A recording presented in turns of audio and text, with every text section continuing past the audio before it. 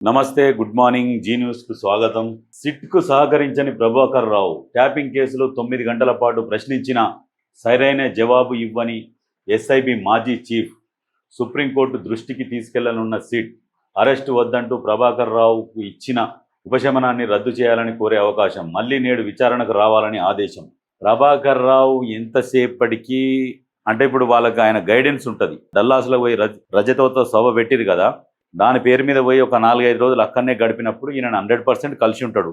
కలిసి ఏం చేయాలి, ఏంది కేసుని ఎట్లా చేస్తే వీక్ అయిపోతుంది ఏంది అని చెప్పేసి అన్నీ మాట్లాడుకొని ఉంటారు. 9 గంటలు ప్రశ్నించిన సరైన సమాధానాలు ఇవ్వని వైనం.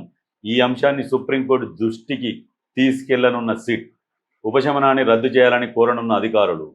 ఫోన్ ట్యాపింగ్ కేసు విచారణలో భాగంగా ఎస్ఐబి మాజీ చీఫ్ ప్రభాకర్ రావు 5వ సిట్ ముందుకు హాజరయ్యారు. అధికారులు గురువారం ఉదయం 11 గంటల నుంచి రాత్రి 8 గంటల వరకు సుమారు 9 గంటల పాటు ఆయనను ప్రశ్నించారు. మళ్లీ శుక్రవారం విచారణకు రావాలని ఆదేశించినట్లు సమాచారం. సుదీర్ఘంగా విచారించిన ప్రభాకర్ రావు దర్యాప్తు అధికారులకు పెద్దగా సహకరించలేదని తెలిసింది. దీనితో ప్రభాకర్ రావు విచారణకు సంబంధించిన వివరాలు, ఆయన దర్యాప్తుకు సహకరించని తీరును సుప్రీంకోర్టు దృష్టికి తీసుకెళ్లాలని సిట్ భావిస్తున్నట్లు సమాచారం. ఆగస్టు 5వ తేదీ వరకు ప్రభాకర్ రావును అరెస్టు చేయవద్దంటూ ఇచ్చిన మధ్యంతర ఉపశమనాన్ని రద్దు చేయాలని కోరనున్నట్లు తెలిసింది.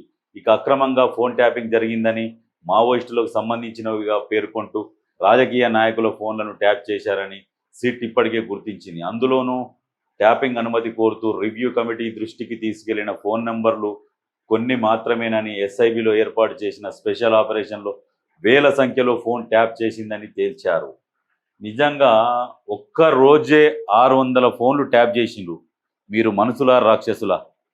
ఈ ఫోన్కి సంబంధించి ఏమంటుండు, సాక్షుల వాంగ్మూలాలు ఎదుట పెట్టి ఆరాధిస్తే వితండవాదంతో పాతపాటే పాడిన ప్రభాకర్ రావు ఏం చేసిరంటే లాస్ట్కు ప్రభాకర్ రావు వ్యూహాత్మకంగానే ఇలా వ్యవహరిస్తున్నారన్న చర్చ పోలీసు వర్గాల్లో జరుగుతుంది. దీనిపై అధికారులకు అంతా తెలుసు అంటూ ఆయన పదే చెప్తుండడం. అప్పట్లో డీజీపీగా ఉన్న మహేందర్ రెడ్డి, ఇంటెలిజెన్స్ ఐజీగా ఉన్న అనిల్ కుమార్, హోంశాఖ కార్యదర్శిగా ఉన్న జితేందర్, మాజీ ప్రభుత్వ ప్రధాన కార్యదర్శి సోమేష్ కుమారులను కేసులో లాగడానికి చేస్తున్న ప్రయత్నమే అని పోలీసు వర్గాలు వ్యాఖ్యానిస్తున్నాయి.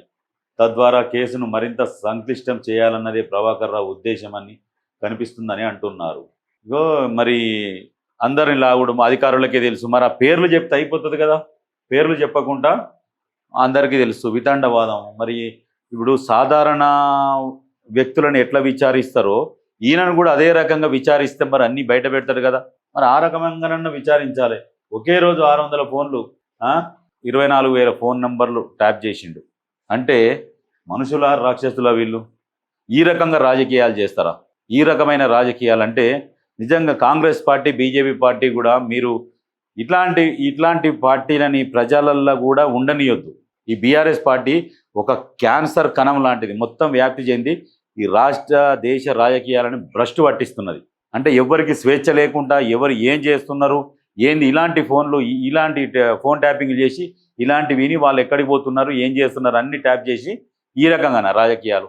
ఇలాంటి దరిద్రుణ్ణి తెలంగాణగా దేశం నుంచి తరిమేయాలి. ఇలాంటి దరిద్రమైన పార్టీలని ఎంతమంది ఫోన్లు బాధితులను అందరిని పిలిపిస్తున్నారట, వాంగ్మూలాలు తీసుకుంటున్నారు, ఒకరొకరి స్టేట్మెంట్లు తీసుకుంటున్నారు. ఇంకా లేట్ చేస్తున్నారు. చాలా లేట్ అయింది, వచ్చినాక తీసుకుపోయి లోపలేయాలి. ఈయన ఎవరి పేరు చెప్తాడో వాళ్ళని కూడా లోపలేయాలి తొందరగా. బీజేపీ అయినా, బీజేపీ కేంద్రంలో బీజేపీ ప్రభుత్వం ఉన్నది, రాష్ట్రంలో కాంగ్రెస్ ప్రభుత్వం ఉన్నది.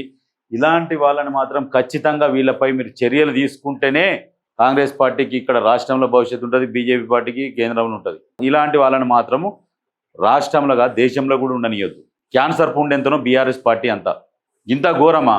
లాస్ట్కి ఏం చేస్తున్నారంటే ఈ కేసును తప్పుదో పట్టిస్తందుకు ఏమన్నంటే అదొక బనకచర్రను ముందలేస్తారు. దాని గురించి నష్టమేందిరా నాయన అంటే నష్టం కూడా చెప్పరు, ఏదో బట్టగాలు చేస్తున్నారు. ఎక్కడన్నా ప్రభుత్వము డైవర్షన్ పాలిటిక్స్ చేస్తుంది కానీ ప్రతిపక్షాలు డైవర్షన్ పాలిటిక్స్ చేస్తున్నారంటే ఎంత ఆరితేరి ఉన్నారు వీళ్ళు. దొంగలు ఎక్స్పర్ట్ అయిపోయారు వాళ్ళు. దొంగతనం చేయడంలో ఎక్స్పర్టే, దాన్ని ఎట్లా తప్పించుకోవాలి ఎక్స్పర్టే, కేసుల నుంచి ఎట్లా బయటపడాలని కూడా ఎక్స్పర్ట్లే అయిపోయారు. ఆ రకంగా అట్లా అయిపోయారు. ఈయనను మాత్రం వదలొద్దు అసలు.